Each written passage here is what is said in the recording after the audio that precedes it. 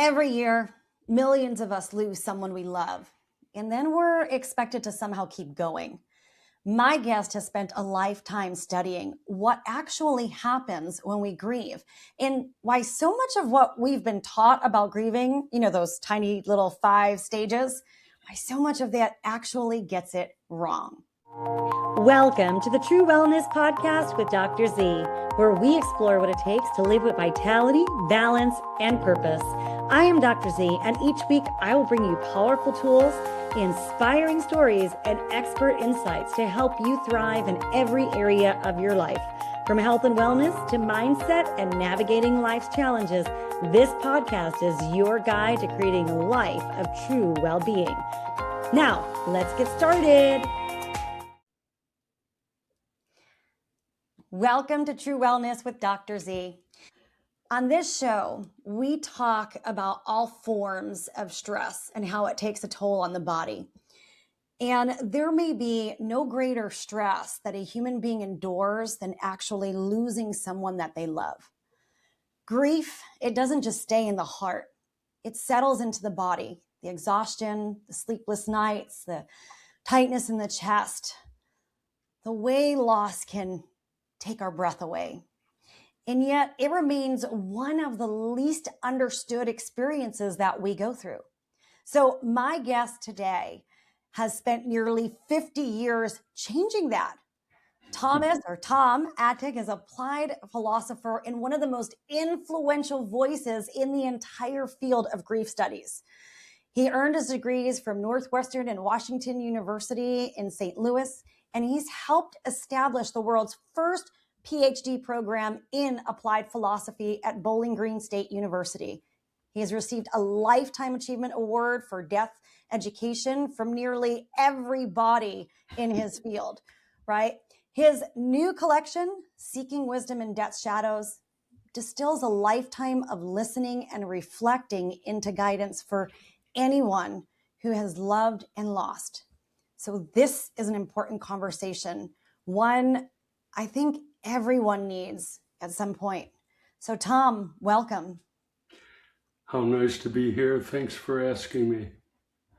Yeah. So Tom, you have this striking phrase that losing someone we love takes our breath away.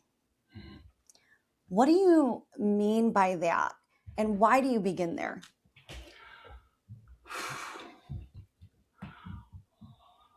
I think I use that phrase because I've heard it spoken by people who are grieving. And I think what they mean and what they're referring to is it's a lot bigger than they thought it was going to be. Mm. It's like the weight of the world has fallen on their shoulders and they can barely hold it up. Right. It's like someone's punched them in the gut and they can barely catch their breath in a feeling of overwhelm. This is too much. Right. I can't believe the weight of what's happened in my life. And they talk about catching their breath as they're grieving and sometimes having to just slow down and take a couple of breaths in to get enough juice to get going again. It's not simply an upset. It's not simply an episode. It's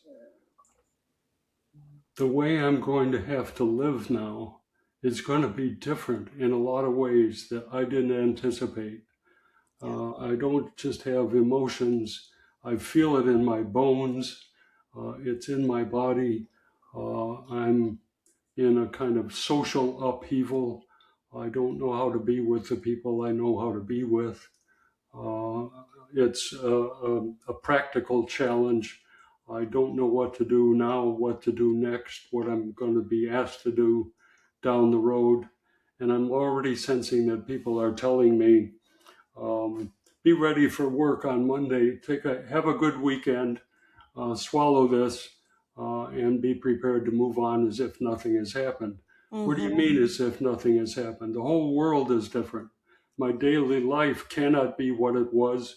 And the years that I was looking forward to are going to be radically different because a star player is now going to be missing. How am I going to live into that? That's big. And I think the catching your breath uh, metaphor captures the heaviness of it, the comprehensiveness of it, Mm-hmm. the bulk, the full weight of what's happened. Yeah. Yeah, it is. It is certainly one of those. It is. It's heavy. It catches your breath, and you're like, "Oh my gosh, what do I do now?" Kind of like that, almost like that deer in the headlights Yeah. kind of moment. And I think a lot of people we've been told that there's these stages of grief. We've been told that we're supposed to grieve in a certain way.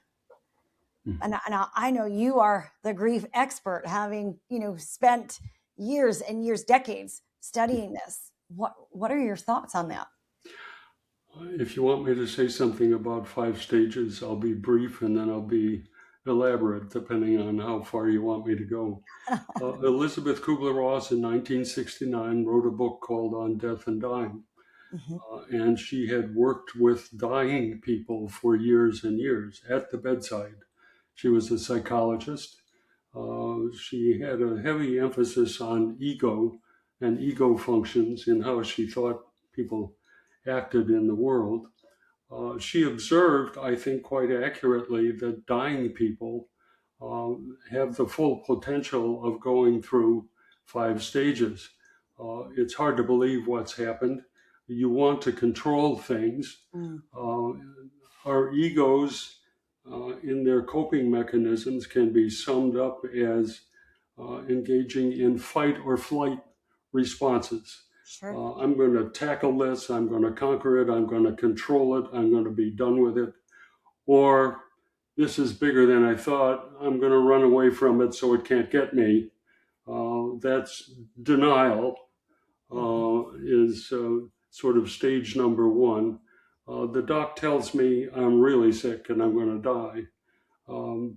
He may have missed something. I think he's got it wrong. I just don't feel bad enough to be dying.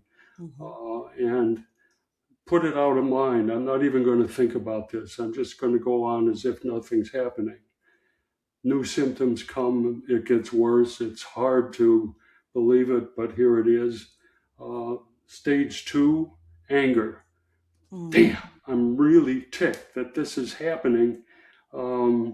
Usually when I'm really angry, I can get control of things and make it so it isn't happening. Right. That's not really working. Can I get another doctor? A little bit of bargaining. I'm in this situation. Maybe I've chosen to be with the wrong team. I'll see if someone else can give me a different answer. In fact, I'll beg for a different answer from what I hope is a better team. That's not working. I'm getting worse still. Oh, crap. What I usually do in addressing problems is not working. Depression. And eventually you get to a point where stage number 5, this is really happening. I am dying. Now that's all a plausible account of what happens when people are dying. About 10 years or so after Kubler-Ross came out with that, a large number of people had come to a conclusion, she hadn't, that there are 5 stages of grieving that are very similar. It applies that way. Nursing schools started teaching that. Social work schools started teaching that. Psychology departments started teaching that. Journalists were taught that, and they started writing it up in magazines and newspapers and so on. It came to be a consensus in the culture, at least Western culture, US culture, that there are 5 stages of grieving. But think about it. All right? When you're supposedly dying and you've been told by doctors that you're dying, there's a lot of room for ambiguity there. Sure. They could be wrong. In that room for ambiguity, people can deny. When someone has died, you have a body. typically, that you can see, you can touch, you can try to move, you can try to rouse. It's very hard to deny a dead body available for you to see. All right. You can be angry for a while, but you quickly understand that this anger isn't going to do me any good. So typically people aren't responding with anger when someone has died, unless they've done something horrible to bring it about, and then there may be some anger. There's no negotiating with what's non-negotiable. This person is dead. Depression is possible, but it's not part of a 5-stage thing that's unfolding. Right. What's really happening is people are seeing that their world has changed and how they are living is going to have to change. And they wrestle with that. I used to, when I was in my early days of teaching, I don't have classrooms anymore. They put me on the shelf. Actually, I put myself on the shelf. I got to retire. Good for you. but I used to, when I started teaching about death and dying, I was determined that my students were going to have to think about their own experiences. Right. They're going to be nurses, they're going to be social workers, they're going to be gerontologists, and they're going to have to go into the rooms of people who are dying and families who are grieving in anticipation of their dying, and they haven't had those experiences. I'm going to have to ask my students to think about their own experiences with death and dying and learn from those experiences. So I gave them self-exploration exercises. And a big one in the early going was write 3 short essays about your 3 most important loss experiences. And we'll get together and we'll talk about them and see what comes to the surface. They wrote hundreds. Eventually, they wrote thousands of those. I learned a lot from them. Yes. Not a single one ever mentioned 5 stages of grieving or even 1 stage of grieving. They did things like, what are we going to do with the stuff she left behind? Yes. Where's the money going to come from in this family? Dad just died and he's been bringing the money home. Mom has a part-time job, but this is a big operation. Where do we go from here? Yeah. Or how do I talk with Grandma? I've had good talks with Grandma, but I've never talked to her about her son dying. My dad died. I really need to talk to Grandma, but I realized that she's lost a son. I've never had to talk to her as a grieving mother. How do I do that? Yes. People are saying odd things at church I'm not sure I believe anymore. What do I do about that? And just on and on. They all had particular stories. I remember one in particular. This is going to cut a little bit close to home, but here it is. Young man, probably 20, 21 years old, wrote about going into the living room and discovering that his dad had a gun in his hand and was contemplating suicide. And his story was wrestling the gun out of his father's hand and keeping him alive. The stories are as varied as those, and you can just imagine thousands of different stories. Eventually, I started writing a little bit, and I wrote a kind of a draft of an essay, and I said, I've been listening to you folks for a long time, and it's not 5 stages. It seems to me that what you are telling me about is that the world you live in and are accustomed to living in has changed radically, and you don't know how to go on from here. You're wrestling with relearning how to live in the world where some of the old ways just aren't going to be part of it at all. And what's the new that you're going to be turning toward? Have I got it right? And that's exactly it. That's exactly what we're going through. And since then, I've been writing and elaborating and looking at different aspects of learning how to live in the first place and relearning how to live in the second place. And I've been told by other people that my thinking has been part of what has been a revolution for them. These are counselors and professors and physicians and so on. I remember one review in a review that goes out to all physicians. I can't remember the name of the journal, but the guy said, "This is the book to turn to. He's got it right." And then I did a second edition of that book like 15 years later. Same guy, "This is still the book to look to," and it's gotten better. So I'm up to something that a lot of people have respected, and it feels good. And I noticed that I'm being helpful for counselors and for people who are grieving. And that's a good feeling. Yeah, I want to just point out for our audience. So I know we talked about your recent book that has been released, but you also have some other books on the same topic, right? So you have, How We Grieve, Relearning the World, and The Heart of Grief, right? Death and the Search for Lasting Love.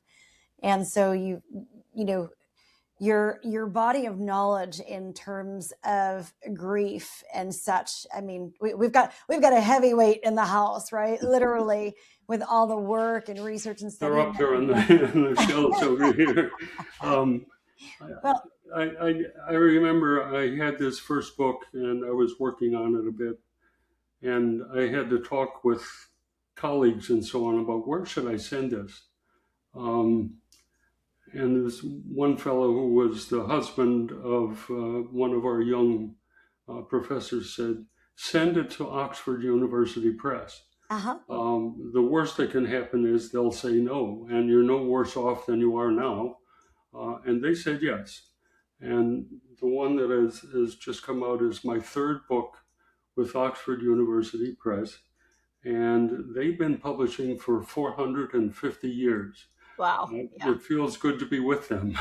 Yes. And I appreciate whatever recognition there is, but I think I really appreciate it when others who have been thinking hard about it respect my thinking. And I really appreciate it when counselors tell me how it's helping people.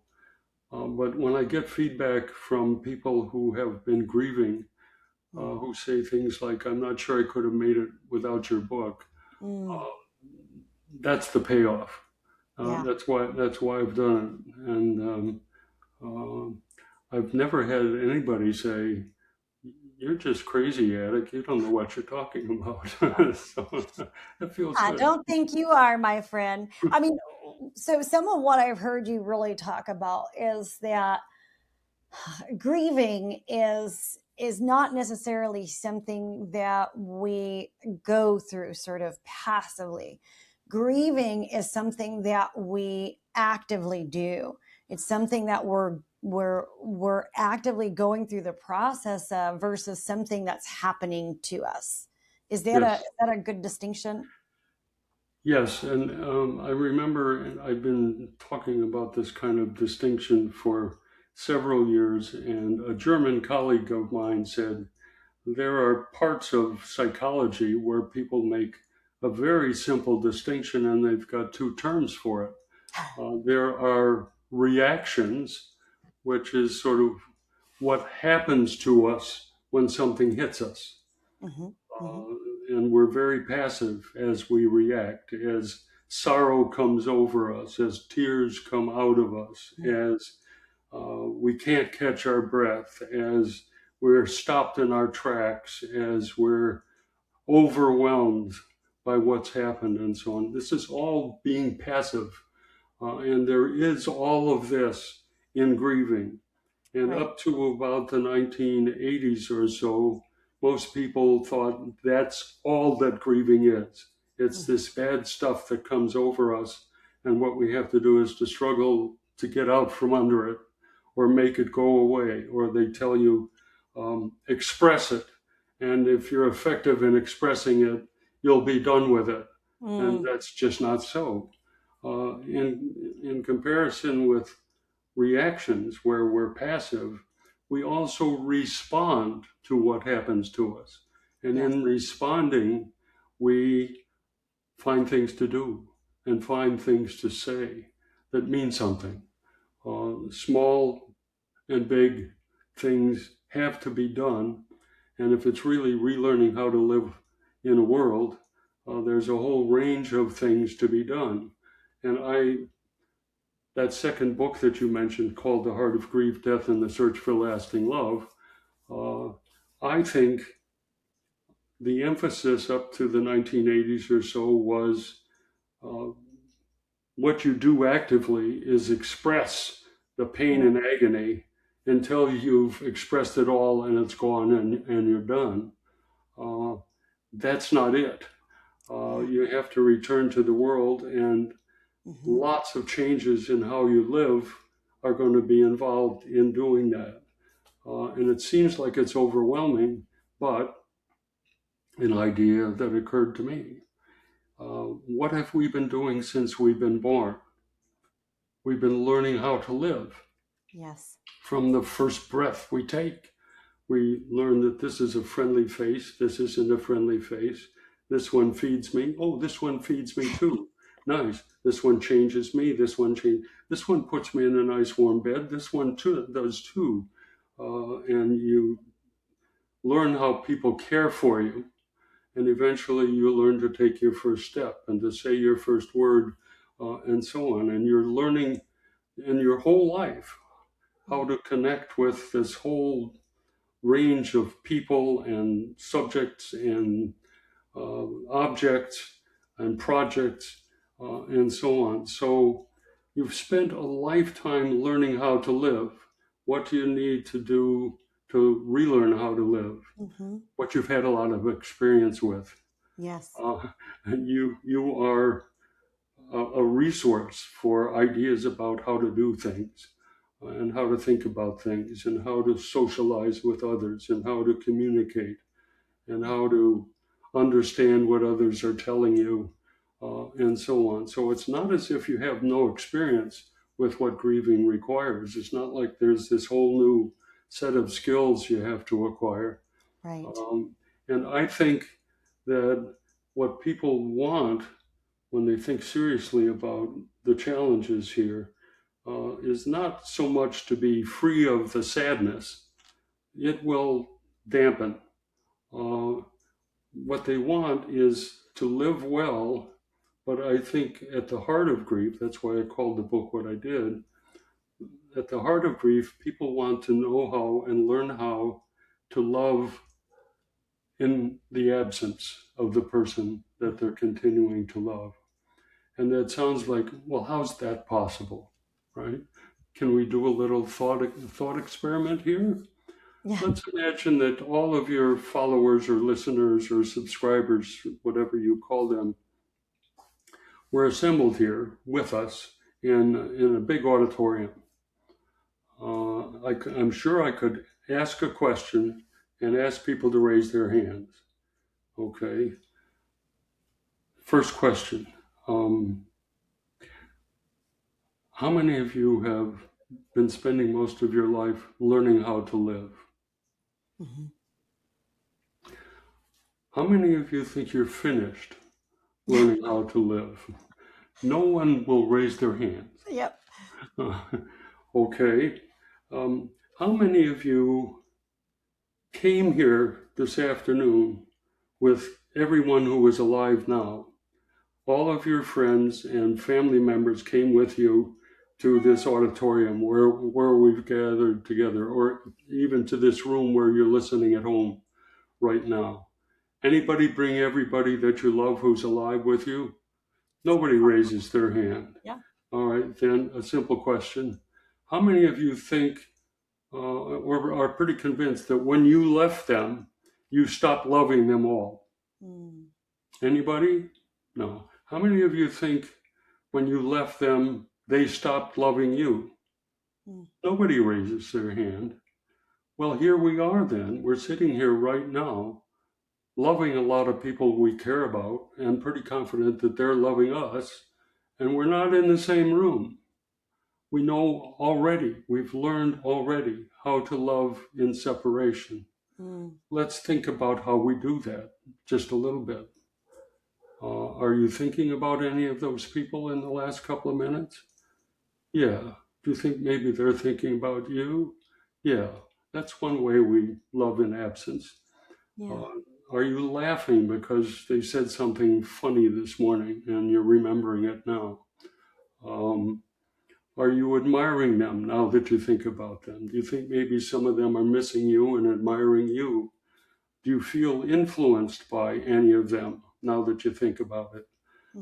Could you rattle it off? Could you talk to us for 5 or 10 minutes about this wonderful person you left behind and how you're different for having been known by them and loved by them? You can do that. You can do all of that after they've died. And it will be painful the first times you start talking about them and remembering them, but you can get past the pain and to how you're a different person, how you're a better person, how you've been touched, moved, how you've witnessed things that you admire, how you wish that you were better like them in this way and that way, how they've gotten over hard stuff in their life and they've taught you some things about how to get over hard stuff in your life. I think the heart of grief is finding the legacies you have, the gifts, that's what legacies are, the gifts that you have from having known and been loved by and having loved a person who has died. And you've been given material legacies in some cases, like from parents and so on. You've been given practical legacies. They've taught you how to do things. They've shown you ways of shopping for groceries, putting together Christmas lists, repairing a fence, sewing a dress, drawing a cartoon, all those things, practical things. They've left you with what I would call, well, this is not a difficulty. They've left you with countless memories. And through those memories, you can access legacies of soul and spirit. Soul, they've taught you how to care about things, how to love things, how to connect with and find meaning and connection in all kinds of ways in your life. You're different for their having taught you those things, and you have those legacies for the rest of your life. And you have spirit legacies, things they've taught you about ways of overcoming suffering, ways of growing and becoming better, acquiring skills, ways of adventuring into the new, ways of connecting with the great scheme of things, and touching and being influenced by what you think of as sacred or holy in your life. And if you can, in grieving, reach past the sorrows that come over you to the wonderful legacies that you still have from them, you can be in a far better place. I think unsuccessful grieving sort of leaves you in the crushing weight of what comes over you. And successful grieving opens you in hope and love to what you still have and hold that you treasure. And the best outcome or the worst outcomes are continuing deep sorrow, and the best are gratitude. And if you can stretch into gratitude, you've come into a pretty good place. And that's what I like to teach about and encourage. Yeah, I love that. And that, I mean, the gratitude piece is really important. There's a couple things that I've heard in what you said, which I think are they're important just for life in general. And that's the kind of looking for the lessons and learning from it and acknowledging those lessons, and then the gratitude piece. Yeah. Let's talk about healing, because you say grieving is a healing process. Mm-hmm. But in those rawest parts of loss, I think for some people that word healing can sound impossible or maybe even offensive. So what do you actually mean by the word healing? Well, I think a lot of experience of loss for probably most people is a sense of brokenness, Mm, things falling apart. yes. Your daily life pattern is in ruins, and the future that you're looking toward just isn't the whole that you anticipated it was going to be. Brokenness is hard. Um, we're resilient. We have strengths that have enabled us to learn how to live up to now. And Mhm. we've got habits that serve us well, and we also have habits that don't serve us well. Yes, we do. I think getting to the habits that serve us well, we're developing new habits, sometimes necessary. But I think it's healing, not in that it just sort of automatically takes place that you feel better. Uh, Lots of healing requires rehab, cultivating new habits, Mhm. um, going slowly, small steps at first, bigger steps later. Nothing easy about physical healing when something's really a serious illness or a serious injury. And to think of healing from the death of a loved one as anything easier than getting over a serious illness or a serious injury is overly optimistic, and I wouldn't Sure. suggest that anybody's set up for that. But we have strengths within us that we have cultivated and taken on from living with the person who's died, as well as interacting with other folks. We have support and resilience in the connections that we have made with them that can continue, and with others who have been supportive in our families and communities or professionals that we can turn to. So there's a kind of structure. Uh, as we think of coming into this world, uh, let's talk about selves for a minute. I Mhm. think in the US, there is a tendency to think of a self as a self contained entity. Mhm. Got everything you need inside of you, and so on. I wrote an early essay called Grief and Personal Integrity. This is the idea that people come with. So then your relationships are like this: mom and child, or put several atoms floating around in space. So separate. If we were self-contained, all right, what would it be like when dad dies or mom dies? Gone, but you are still exactly as you were. Yes. That's not the way it is.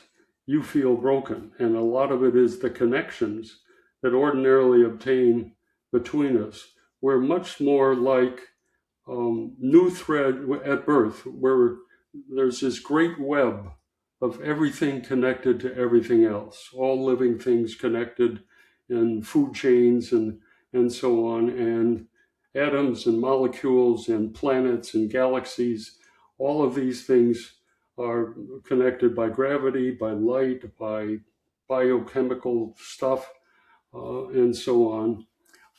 And we come in, and lifelines are extended to us from the earth, from the sky, from the sun, from our fellow humans, from the waters. And the stuff is coming into us. And eventually we start emitting sounds and looks and reaches and so on. And what we do is we weave a bigger and bigger web of our own existence in the web of webs. And when someone dies, it's like, just imagine you have established a life sort of here you can see the corner in my room here. You've established a web up there and people have been feeding into it, and then you learn to reach out and so on. A pretty big, complicated web made of your connections to the earth and the sky, but to all who love you, who all are teaching you, who all are giving to you, and so on. And someone dies, it's like a blow is struck to that web, but most of it is still connected to everything else that hasn't died. And you've got strength in those lines that are still supporting you. And you've got strength in the lines that you've established, reaching out and investing your love and care and practical interest in all kinds of things. And grieving is not like dealing with this utter absence and so on. Grieving is like reweaving the shape of your life, and a lot of connections are still there supporting you, and a lot of internal structure is still within you supporting you. And what you do is draw upon those connections out of you and those strengths that are in you, and you reweave that web as the spiders would in a barn. Say, if that's where the web was torn apart, spiders would be working on it. We've got little guys inside of us that are the reweavers of our lives, and we could make long lists of things that help us put things back together and rise above and comfort the pain and reach out to others for comfort and help and support. And it's good news, I think, that grieving is healing, that grieving is that responding that helps us put ourselves together or find strengths within us that enable that and find support in others, individuals or institutions or inspirations of one sort or another. All the stuff that's out there that's still bringing us food and water, still bringing us sunshine, still bringing us inspiration, still bringing us, if we can learn how to reach for it, take hold of it. And so you talk about this healing process and you talk about this web. What words of wisdom do you have for people who are stuck in the place of, in their grief, they're not wanting to be in their web, they're wanting to retreat, they're feeling like it's unfair to be able to go out and enjoy life now and participate the way that they used to? They might feel guilty about ignoring their pain or seeming to ignore their pain. That could be part of it. But I think the truth of it is that they've been presented with a very weighty set of challenges in putting a life back together.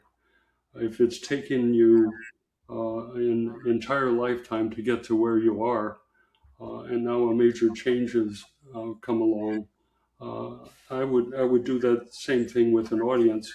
How many of you think that you'll eventually stop missing the person who died? No, that'll be with you for your life. How many of you think you're going to stop loving eventually? That's an end in view for grieving. Not. Yes. Well, both of those things suggest that there's not going to be any closure. The expectation of finishing, or there's like a time limit. Some people seem to have in mind that if you're not in better shape by 6 months or by a year and so on, there's something wrong with you. I think that it's pretty rare when somebody goes radically wrong in learning how to live a life or relearning how to live a life. And they just answered those two questions pretty straightforwardly. I heard them. They all said, I'm going to be missing them and loving them for the rest of my life. And it's hard to love when it's only an absence. So that's a new set of skills. And I think we've got employers and so on, who think that people can really get on top of their lives within a couple of weeks, maybe. God, it's been 6 months and you're still kind of out of whack. And so, what's wrong with you is not a good and welcome message to be on the receiving end of. No. And I think it could help if people had a sense of the scale of what's been presented to people when someone has died. Just a couple of tiny little stories. There was in the early days, I met a couple of couples whose children had died, and they got together and founded a parents group where they talked to one another about what it was really like. And Helen was a mother of a 3-year-old. With her husband, they had another child who was a 5-year-old son. 3-year-old girl fell out of a swing in the backyard on a Friday, and they didn't know that anything was wrong with her, but she didn't break anything. But by Monday, she was dead. Oh, gosh. And it turned out when they examined, she had the beginnings of what has been called elephant man's disease. There was something radically wrong going on in her brain, but it hadn't manifested itself. So she has this child. And she talked about coming to terms with the pain of it. And I'll tell you 3 stories about her. First one was she went to the funeral and she was going up the stairs to the church, and the minister was there, and he reached out his hand and shook her hand and said, "Congratulations." And she said, "You said what, Pastor?" "Congratulations, you have a daughter in heaven." She, she said, "If I could have mustered the strength, I would have knocked him out on the spot." He was not going to be helpful for me. I could tell that. Later in the week, she got a call from a woman down the street, and the woman down the street had a 3-year-old child, and their daughters had played together. And the woman said, "I never really introduced myself to you, but we kind of took turns watching our kids play together, and so on. I'm really fond of your daughter who died. And I know what's happened. I'm wondering if you'd like to come and look through photographs that I have. I took a lot of photographs of the kids playing together, and they really enjoyed one another. If you come down, have a cup of tea or a cup of coffee, and we can look at the photos together. She loved that idea, and they became good friends, as you might imagine. A contrast in how the world can be supportive and offer some support or not. And I want to just introduce the idea of how it's the world that has changed. 3 or 4 years later, husband and wife decided to take their young son, who was now about 9 or 10, to sand dunes at Lake Michigan in the Midwest. And when they got there, they were climbing the hill, and it's a big one, it takes a long time. And she started crying. And her husband, being a man the way men are sometimes, "Shall we go? Have you hurt yourself? You're obviously uncomfortable," and wants to take care of her. And she says, "No, it is hard, but it's not the physical hardness of it. I just realized that Mary had been told that we would bring her to these sand dunes, and now she's not here." And he says, "Are you sure you don't want to go?" And she says, "No, you idiot. He, um, I'm crying because Mary isn't here, but I have to kind of make up my mind whether I want to stay or not. Let's get to the top. Then you hold me and I'll cry. And when I'm done crying, I'll be able to make up my mind." And she did that. And when she made up her mind, she said, I feel close to Mary here. And I feel like I'm here as her representative. So Yes. let's enjoy it. And when we get tired, let's go home. Yes. And he understood. It took a while. He was educable, all right.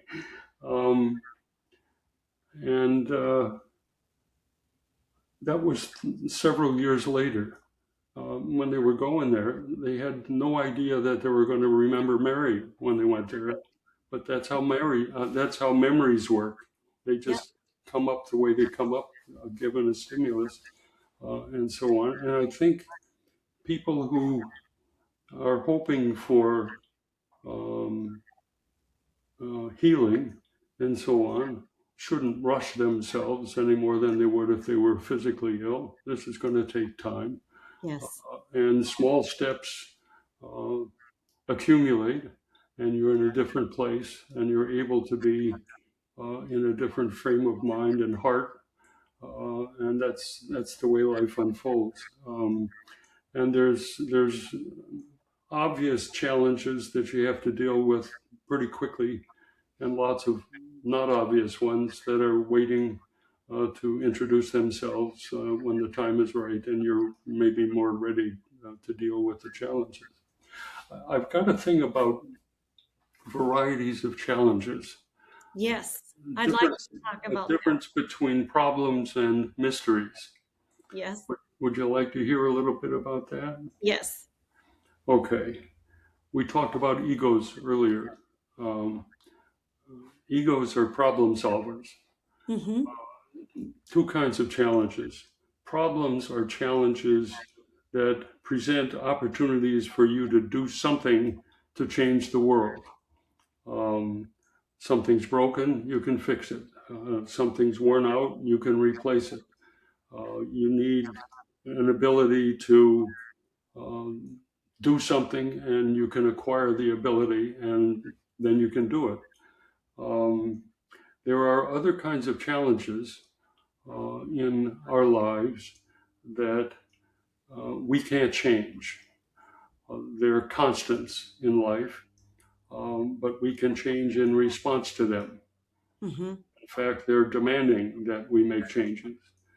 All these stories about people having died are stories about engaging with a mystery. Death is a mystery. It's a constant in life. It's always a possibility. It can Yes. happen anytime, and we have precious little control over it. And it has great powers to affect us. Yes. Suffering is a mystery. Love is a mystery. Friendship is a mystery. Um, we could go on and on. Being small as we are is a challenge, but it's not something we have a lot of control over. And in the great scheme of things, we have very little power to affect big things in our lives.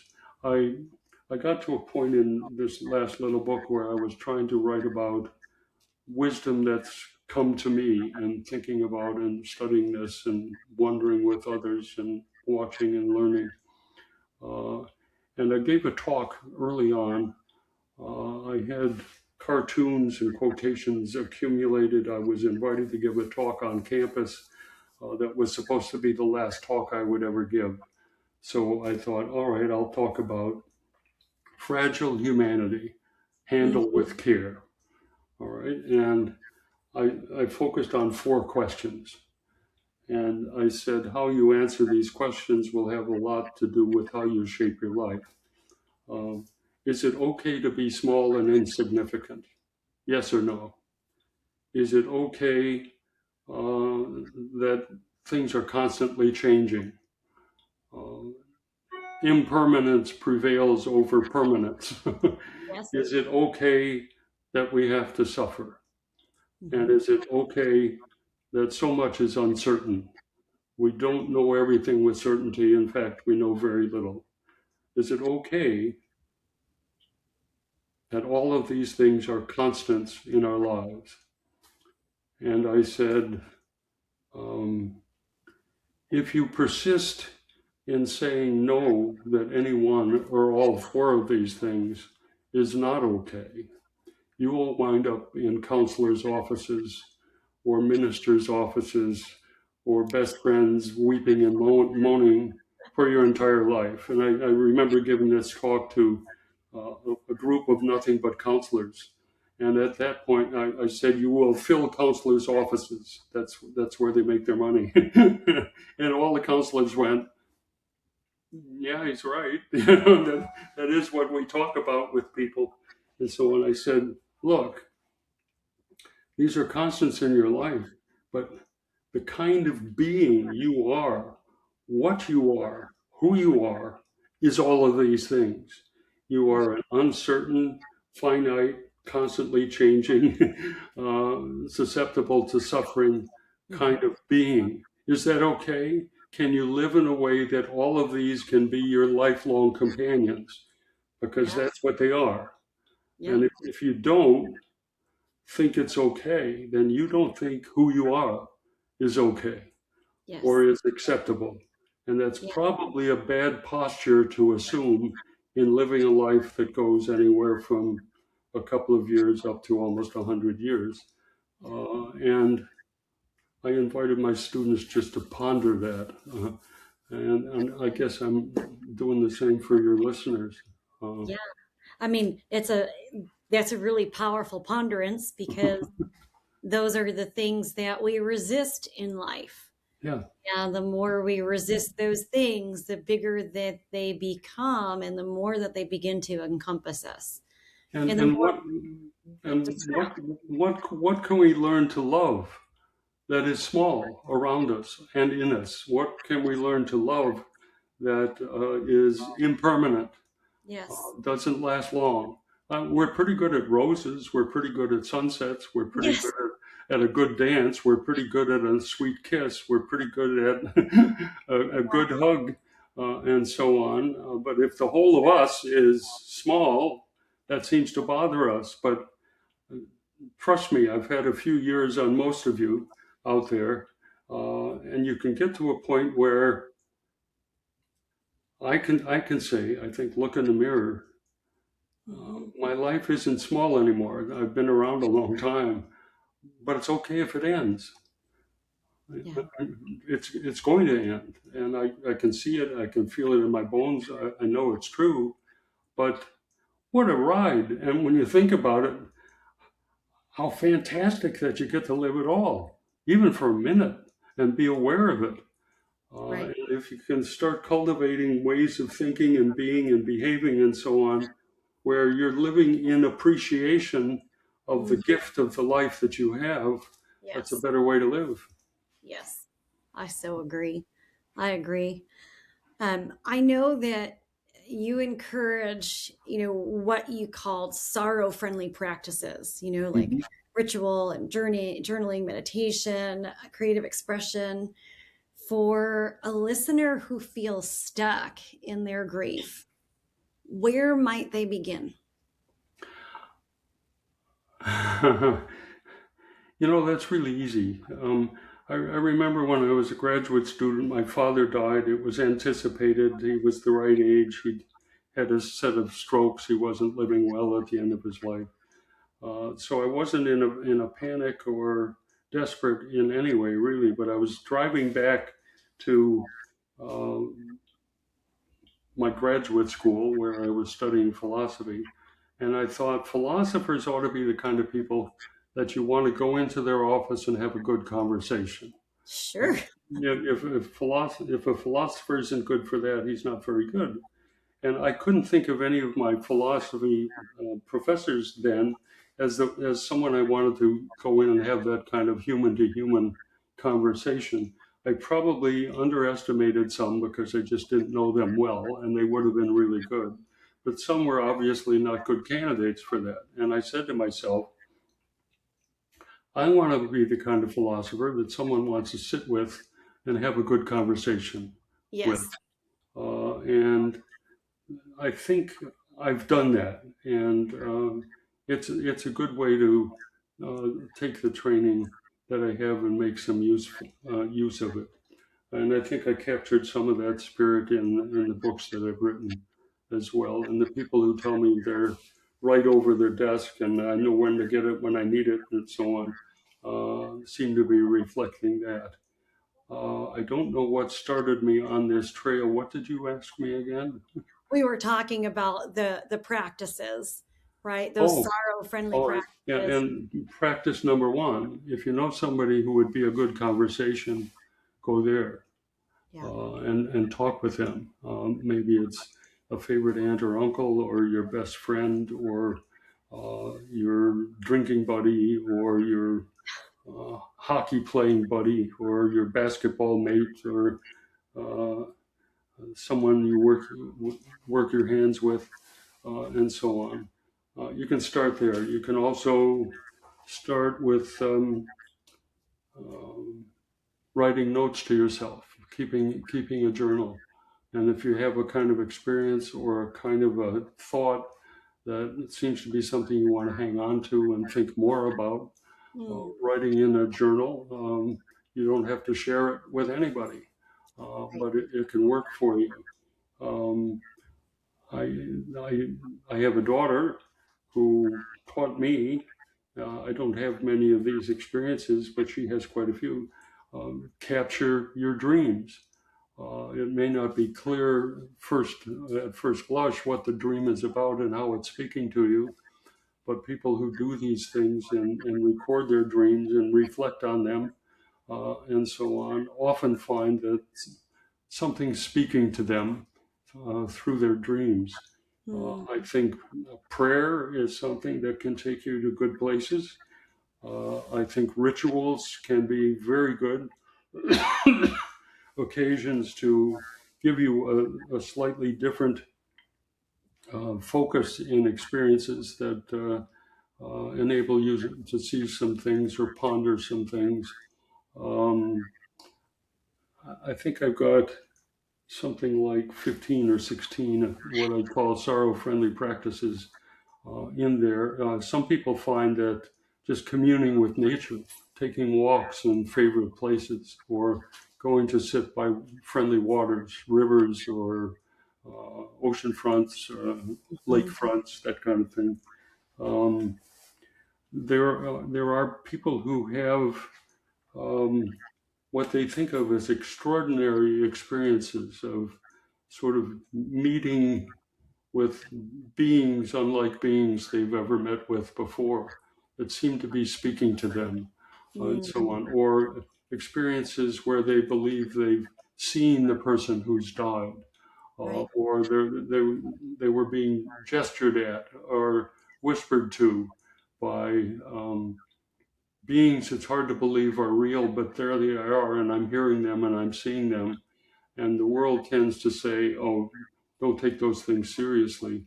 I Right. have a friend who's collected 5 books worth of unusual encounter kinds of stories.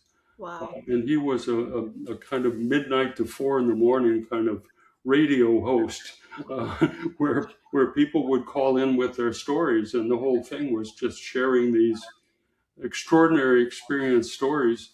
And he was a psychologist, and he said, um, people are inclined to be sort of afraid when they have these experiences. Yeah. Very, very rarely are they ever threatening.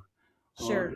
and if you can be just patient with them and maybe record them so you don't forget them and so on, most often there's a lesson for living, or there's a comfort Yes. or gentleness or an encouragement of one sort or another in those experiences. So don't be afraid of extraordinary experiences. Give Yeah. them some attention and see what they have to offer. I I love can go on, I can do these for a long time, but I really think that um, sorrows are not just beating up on us, sorrows are trying to tell us something. Mm, And if we can listen and engage with them, rarely are they going to be frightening or threatening. If they are, it gets them safety. But I think paying attention to what people tend to dismiss as insignificant and so on. I think just as we are hardwired to get signals from our bodies about things going wrong, I Yes. think we're hardwired psychologically to get signals about what we should pay attention to and how we're choosing and engaging in life. And I think to think of emotions not as just uncomfortable things, but as um, signals from our psyche, from our emotional, spiritual side of our being. Um, just as physical pains, when they get worse, they're telling you, get some attention to this. Yeah. When you have repeated emotions and other psychological episodes, take them seriously as signaling something about what you need, what would be good for you. Uh, Yes. and so we've got physical, um, self-corrective, and instructive systems, and we've got psychological aspects that do the same thing, and those are our sorrows. Pay attention. Don't Yeah. just express them. Pay attention. What are they trying to tell you? I love that. We talk a lot about, and I talk a lot about in my practice, my functional medicine practice, about listening to your body, right? So you're just mirroring the exact thing that we're always talking about. So just to wrap up here, Tom, for the person carrying a fresh loss right now, right? Mhm. Listening to us in the car, on a walk, or wherever, what would you most want them to know?